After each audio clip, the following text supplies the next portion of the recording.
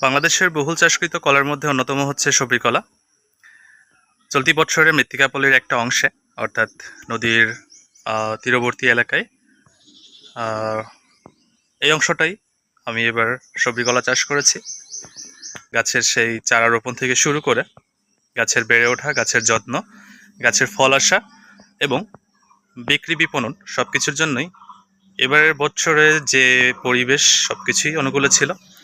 আর মোটামুটি গাছে আল্লাহর অশেষ মেহেরবানিতে ফলনও ভালো হয়েছে।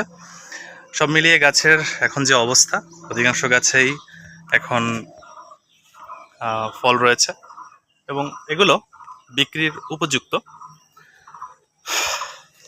আর গাছের যে ধরনের কলার কাঁধিগুলো পড়ছে, কলার আকৃতি, এটা সন্তোষজনক। তো সব মিলিয়ে বলা যায় যে সবজি কলা চাষে এবার সফলতা আসছে, আল্লাহর অশেষ মেহেরবানি। তো সবজি কলার পাশাপাশি নিচের অংশটায় আছে ঠোঁটে কলা। ঠোঁটে কলার কাঁধিও ভালো আসছে এবং আশা করি ঠোঁটে কলা বিক্রি বিপণনের জন্য এখনও আকৃতিটা যেমন দরকার বাজারজাত করার জন্য এখনও সেই পর্যায়ে যায়নি। তবে সবজি কলা যেগুলো আছে গাছে মোটামুটি প্রায় 40 থেকে 50% এর মধ্যে পুষ্ট হয়ে গেছে। তো এরকম পতিত জমি যাদের আছে, যে নদীর তীরবর্তী অঞ্চল হোক কিংবা বাসাবাড়ির আশেপাশে যে কোনো ধরনের আবাদ, বিশেষ করে এই সমস্ত জায়গায় যে নদীর কাছাকাছি যে জায়গাগুলো, নদীর তীরবর্তী যে অঞ্চলটা, এই সমস্ত জায়গাতে কলা চাষটা ভালো হয়। যাদের এরকম পতিত জমি আছে তারা চাইলে কলার চাষ করতে পারেন।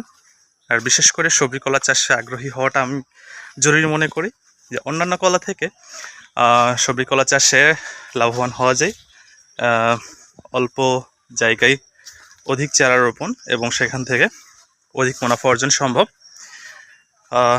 সব মিলিয়ে আমরা প্রত্যেকে চেষ্টা করি আমাদের দেশের খাদ্য চাহিদা পূরণের জন্য ফসল চাষের দিকে আগ্রহী হওয়া, আর পতিত জমি ফেলে না রেখে চাষের মাধ্যমে জমি থেকে অর্থ উপার্জনের একটা কর্মপ্রচেষ্টা চালিয়ে যাওয়া এবং যে ফসলটা চাষ করা হবে সেই ফসল যাতে আমাদের দেশের খাদ্য চাহিদা পূরণ করতে পারে সেই প্রচেষ্টাও এবং সেই দিকে নজর রেখে আমাদের সামনে অগ্রসর হওয়া উচিত।